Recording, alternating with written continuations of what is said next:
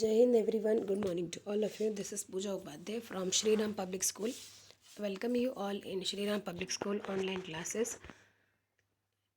In the last lecture, we have studied about the political and the social life of the people. Now in this, we are going to see how the region and empire was created.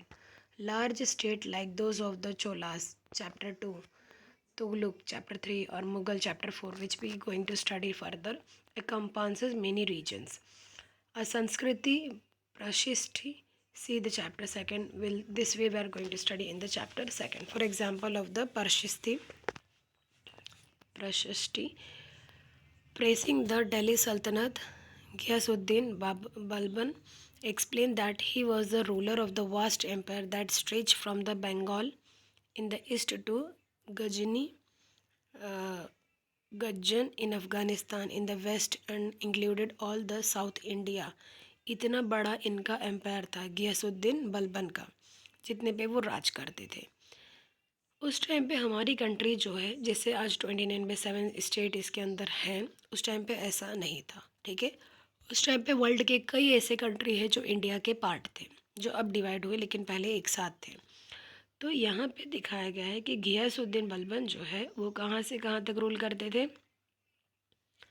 Waste stretch from Bengal से लेकर के east में गजनी यानी अफ़गानिस्तान से लेकर के south India में जितने भी द्रविड़ा है वो सब कुछ मिला करके इतना बड़ा इनका एम्पायर था।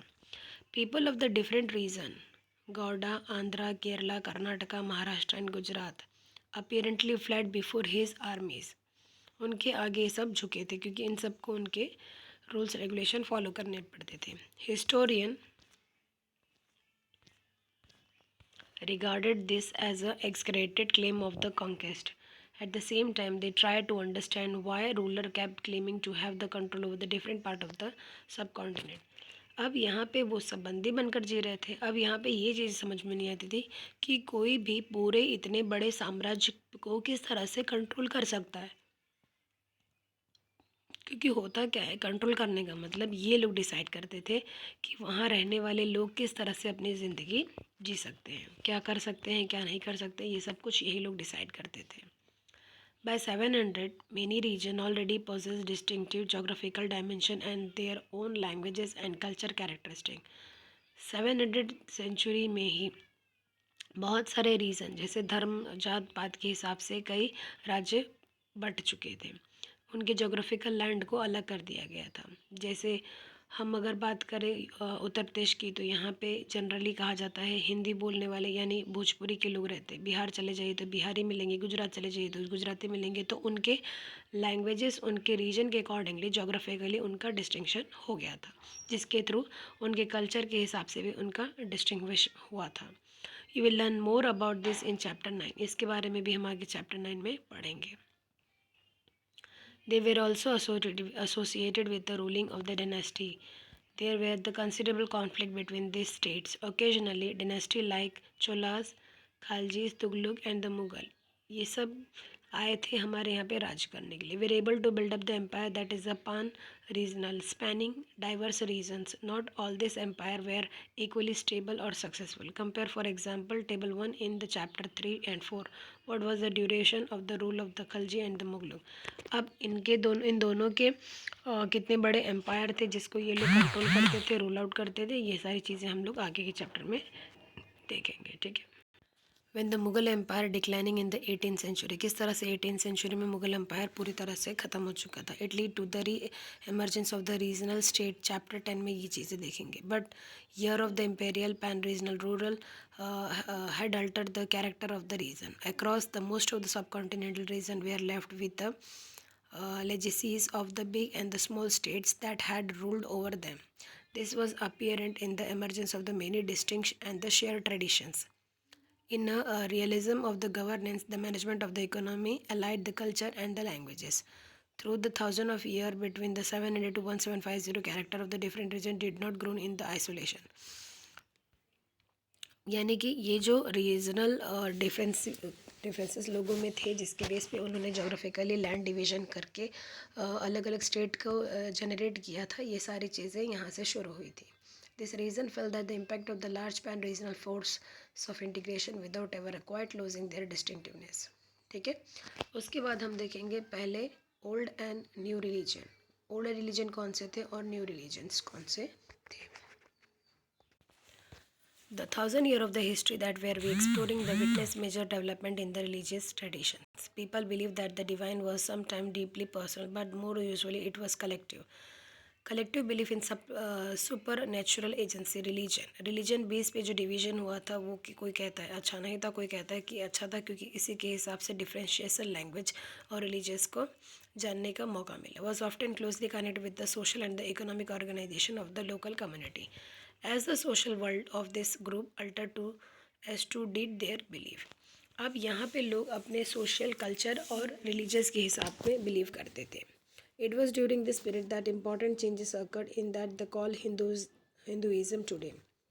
उस टाइम पे बहुत सारे चेंजेस हुए थे जिसे हम लोग हिंदुइज्म कहते हैं। This include the worship of new deity, the construction of the temple. अब यहाँ से मंदिर बनना शुरू हो गया था। By royalty and growing the importance of the Brahmans, और धीरे धीरे ब्राह्मण के महत्व मिलने लगा। प्रेसिस्ट पुजारी जो होते थे dominating the group of the society, वो पूरे सोसाइटी को डिवाइड करते थे, उनके कर्म धर्म इन सारी चीज़ों को बताते थे। The knowledge of the Sanskrit text and the Brahmans a lot of the respect in the society. उनके पास संस्कृत की इतनी नॉलेज थी कि उन्हें सोसाइटी में सबसे ज़्यादा रिस्पेक्ट भी मिला था।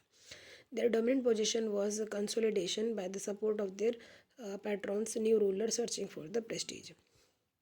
One of the major development of this period was the emergence of the idea of bhakti. इतने नहीं, जैसे मंदिर बनने लगे, पूजा पाठ होने लगे, पुजारी होने लगे, वैसे वैसे धीरे धीरे यहाँ से भक्ति की शुरुआत हुई। लविंग पर्सनैलिटी एंड डिवोटीज, ईश्वर को प्रेम करना, ईश्वर में भरोसा करना, विश्वास करना, ये सारी चीज़ें यहीं से शुरू होने लगी।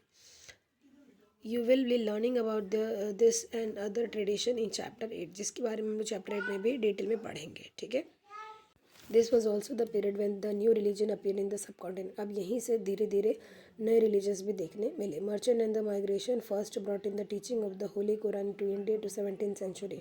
अब यहाँ देखिए मुस्लिम रिलीजन का भी जन्म होने जा रहा है। Muslim regard the Quran as their holy book. अब मुस्लिम जो माइग्रेट होकर के आए थे, जिनका होली बुक कुरान था, except the authority of the one God, वो भी एक भगवान में भरोसा करते थे, जिन्हें हम लोग अल्लाह कहते हैं। Who love mercy and bounty the embers to all those who believe in him. जो लोग इनमें भरोसा करते हैं वो सब इनके लिए पूजा पाठ, प्यार और नमाज वगैरह करने लगे। With regard to the social background, many rulers were patrons of the Islam and the ulama learned theology and jurist learned like Hinduism. Islam was interpreted in a variety of the ways by its follower. There were Shia Muslim who believed that the Prophet Muhammad son-in-law Ali was the legitimate leader of the Muslim community, and the Sunni Muslim who accept the authority of the early leader खलीफाज of the community. अब इसमें भी इन लोगों ने दो part में divide किया था, शिया और सुन्नी। ठीक है, इन दोनों के बिलीव्स भी अलग अलग होते थे। कुछ लोग इस सुन्नी में बिलीव करते थे, कुछ लोग शिया में। एंड द सक्सीडिंग खलीफाज, there were other important differences between the various schools of law, हनफी, सफीश in India and in theological of the mystic traditions. इस तरह से यहाँ मतलब इस पूरे चीज़ में हमने ये देखा कि किस तरह से जात, ठीक है, उसका जन्म होने लगा, अलग अलग धर्म में ये जात पात बंटने लगे। ठीक है, आज यहीं पे स्टॉप करते हैं स्टूडेंट, प्लीज़ गो थ्रू कर लीजिएगा। If you having any doubt so you can ask me in the evening lecture. Till that stay home, stay safe, जय हिंद, take care, have a nice day.